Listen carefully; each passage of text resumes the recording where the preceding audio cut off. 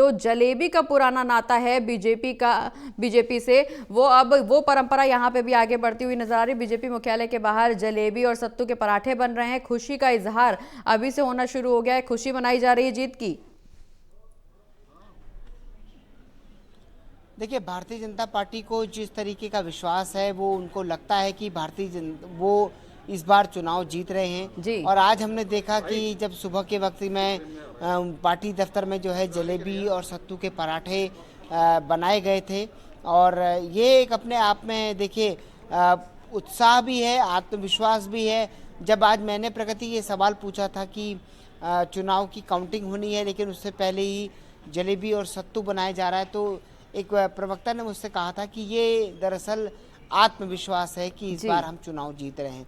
उन्होंने कहा कि फील्ड में हमने जितनी मेहनत की है, हमारे लीडर्स ने जितनी मेहनत की है, दिन रात जिस तरीके से काम हुआ है, ये उसका नतीजा है और ये उसका विश्वास है कि हम चुनाव जीत रहे हैं। अब भले ही विपक्ष कुछ भी कहता रहे, लेकिन ये हमारी जीत का आत्मविश्वास है हमको कि हम ये चुनाव जीत रहे हैं। तो कुल मिलाकर के अगर देखा जाए तो ये जो पूरा चुनाव रहा है, इस पूरे चुनाव में कई सारे बयान आए, कई सारी बातें ऐसी हुई जिन्होंने माहौल बटोरा, जिन्होंने माहौल को अपनी तरफ आकर्षित किया। लेकिन बावजूद उसके जो है अब चुनाव के आज नतीजे आ रहे हैं और अभी तक नतीजे जो है वो भारतीय जनता पार्टी और एनडीए के पक्ष में जाते हुए दिखाई दे रहे हैं। सबसे बड़ी पार्टी जो है भारतीय जनता पार्टी बनती हुई दिखाई दे रही है, जबकि दूसरे नंबर की पार्टी जो है वो जेडीयू बनती हुई दिखाई दे रही है। जी बिल्कुल ललित जी, जिस तरह से नतीजे रुझानों का अगर जिक्र करें तो रुझानों में बीजेपी को, एनडीए को बहुमत मिलती हुई नजर आ रही है। ऐसे में सीएम आवास की सुरक्षा बढ़ा दी गई है। सुरक्षा व्यवस्था को लेकर के क्या कुछ अपडेट? देखिए, सुरक्षा व्यवस्था बढ़ा दी गई है क्योंकि चुनाव आयोग जो है किसी भी प्रकार की कोई स्थिति ऐसी नहीं पैदा होने देना चाहता है जो कि सामान्य तौर पर स्थिति ठीक ना हो। तो उसी को देखते हुए जो है अब चुनाव आयोग ने जो है मौजूदा मुख्यमंत्री नीतीश कुमार के आवास की सुरक्षा बढ़ा दी है और जेडीयू इस वक्त दूसरे नंबर पर है।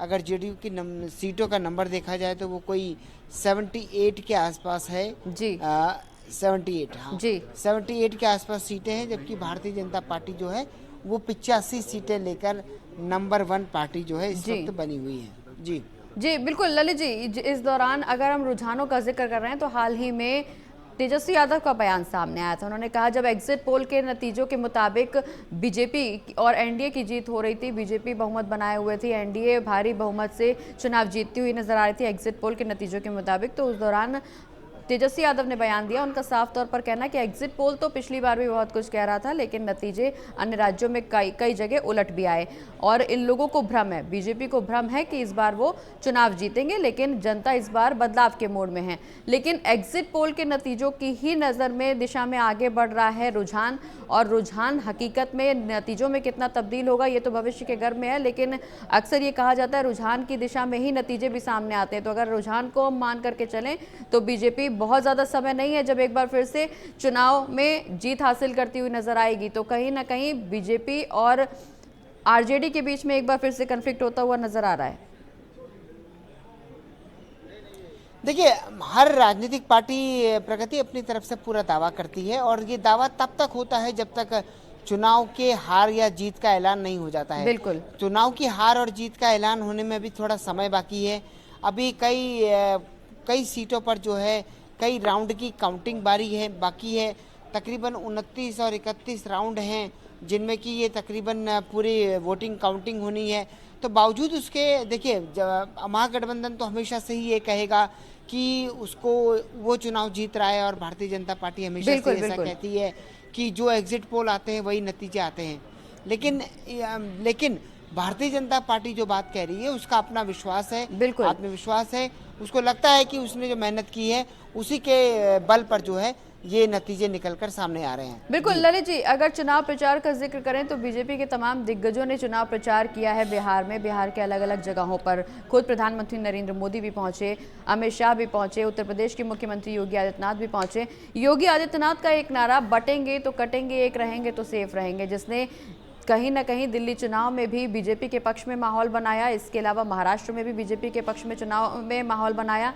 हरियाणा में भी चुनाव में माहौल बनाया। यही नारा योगी आदित्यनाथ बिहार में भी देते हुए नजर आए थे। तो क्या माहौल बनने की एक वजह ये भी?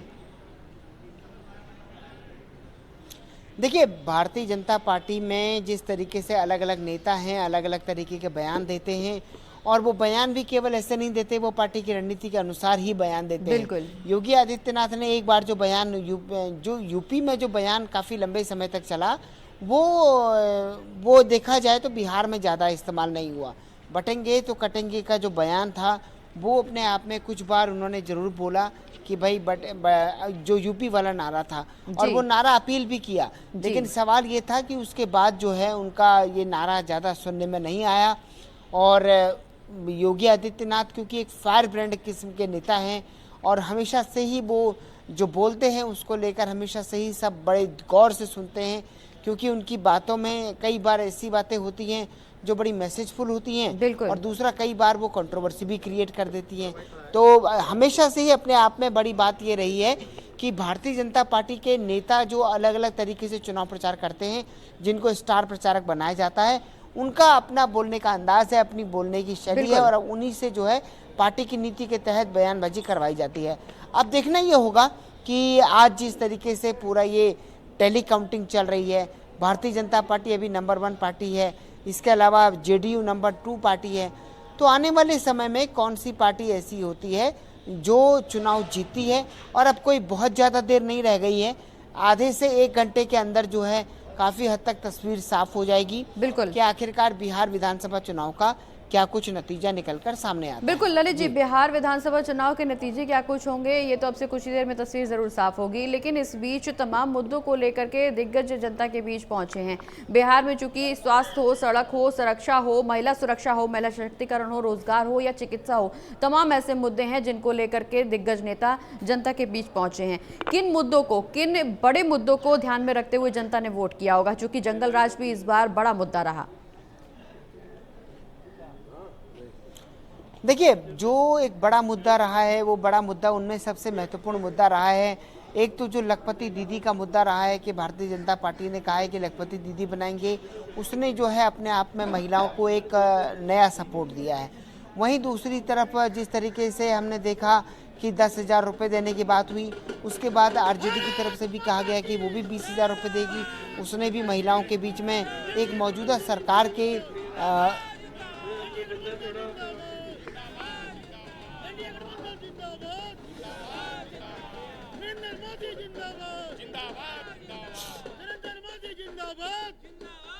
बिल्कुल ललित जी के साथ, ललित जी हमारे साथ बने हुए हैं, प्रदीप जी भी इस बीच हमारे साथ जुड़ गए, हमारे एसोसिएट एडिटर। प्रदीप जी, बिहार में चुनावी नतीजे अब से कुछ ही देर में निकलने शुरू हो जाएंगे। चुनावी नतीजे क्या कुछ होंगे, किसके पक्ष में सरकार बनेगी, ये एक बड़ा सवाल जरूर बना हुआ है। लेकिन अगर रुझानों का जिक्र करें तो बीजेपी और एनडीए बहुमत हासिल करती हुई नजर आ रही है। एक बार फिर से क्या नीतीश कुमार सत्ता की चाबी ले पाएंगे? देखिए, बीजेपी बिहार की सबसे बड़ी पार्टी बनकर उभर रही है, और जिस तरीके से रुझान आए हैं, ये सबसे बड़ी पार्टी के तौर पर निश्चित तौर पर बीजेपी और जेडीयू के बीच ये मुकाबला चल रहा है कि कौन नंबर 1 पर रहता है। तो एनडीए के अंदर ही ये लड़ाई है, जबकि लड़ाई होनी चाहिए थी महागठबंधन और जो एनडीए के बीच, लेकिन ऐसा नहीं हो पाया। और दूसरी तरफ देखें तो कई फैक्टर इसके लिए यहाँ बताए जा रहे हैं कि वो इस पर असरदार रहे हैं। तो 6 और 11 नवंबर को जो चुनाव कराए गए, संपन्न होने के बाद आज 14 नवंबर का दिन है, सभी 243 सीटों पर जो रुझान आए हैं वो निश्चित तौर पर चौंकाने वाले हैं। इस बीच ये जानकारी मिल रही है कि रुझान जैसे जैसे जीत की ओर तब्दील हो रही हैं, एनडीए खेमे में जीत का जश्न, उसकी लहर, और इस बीच बिहार चुनाव के रुझानों में ये भापते हुए कि अब जीत निश्चित है। मुख्यमंत्री नीतीश कुमार के आवास के बाहर सुरक्षा बढ़ाई गई है, बीएसएफ जवान तैनात किए गए हैं। ये साफ बनकर उभर रहा है कि एक बार फिर से नीतीश कुमार कमान संभालेंगे, क्योंकि मुख्यमंत्री पद को लेकर जो विवाद रहा था उसको दरकिनार करते हुए बीजेपी ये कहती नजर आई कि उनके नेतृत्व में चुनाव लड़ रही है। तो जेडीयू ने साफ कर दिया कि वो मुख्यमंत्री थे, मुख्यमंत्री है और मुख्यमंत्री रहेंगे, उनके नेतृत्व में चुनाव है। 6 राउंड की काउंटिंग में दूसरी तरफ अगर देखो, महुआ सीट पर तेज प्रताप को केवल 4,000 वोट मिले। हाई प्रोफाइल सीटों की बात कर रहा हूं मैं, वहां पर कहीं ना कहीं तेज प्रताप यादव पिछड़े हुए हैं।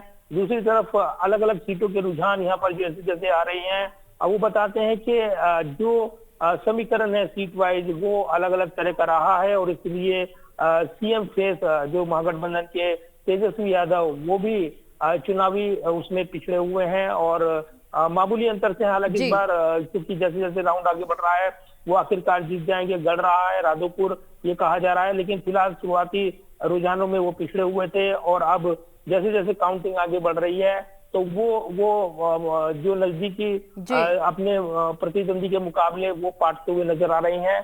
तो फिलहाल अभी जैसे जैसे काउंटिंग चल रही है कई सीटों पर अलग अलग समीकरण बनकर उभर रहा है, लेकिन सीधे तौर पर कितनी भी कोशिश कर ले महागठबंधन, अब मुश्किल लग रहा है कि वो जीत या पार पर कर पाएगा एनडीए को, क्योंकि रुझानों में जी। जिस तरीके से अब ये नतीजे तब्दील होंगे, रुझान जो है वो धीरे धीरे साफ होते चले जाएंगे। इस बीच एक बड़ी खबर ये कि तारापुर के जो बीजेपी उम्मीदवार जो उप मुख्यमंत्री नीतीश सरकार में हैं, वो 9वें राउंड के बाद 11,272 वोटों से आगे हो गए हैं। जी। तो वो उनकी सीट का समीकरण लेकिन करीब हाफ सेंचुरी पर लटका हुआ नजर आ रहा है महागठबंधन। तो बिहार में एनडीए की डबल रफ्तार के करीब आगे बढ़ रही है, डबल सेंचुरी वो मार सकते हैं, इस तरह की बातें की जा रही हैं। तो ये एक बड़ा मुकाबला और इसी के साथ तमाम सीटों पर जो अलग अलग समीकरण बनकर उभर रहा है वो बताता जी। है कि इस मुकाबले में बड़े बहुमत के साथ एनडीए की सरकार की वापसी होगी। बिल्कुल, ललित जी हमारे साथ बने हुए। ललित जी, जिस तरह से घोषणा पत्र जारी किया गया था चुनाव से पहले और घोषणा पत्र में तमाम वादे किए गए थे एनडीए की तरफ से भी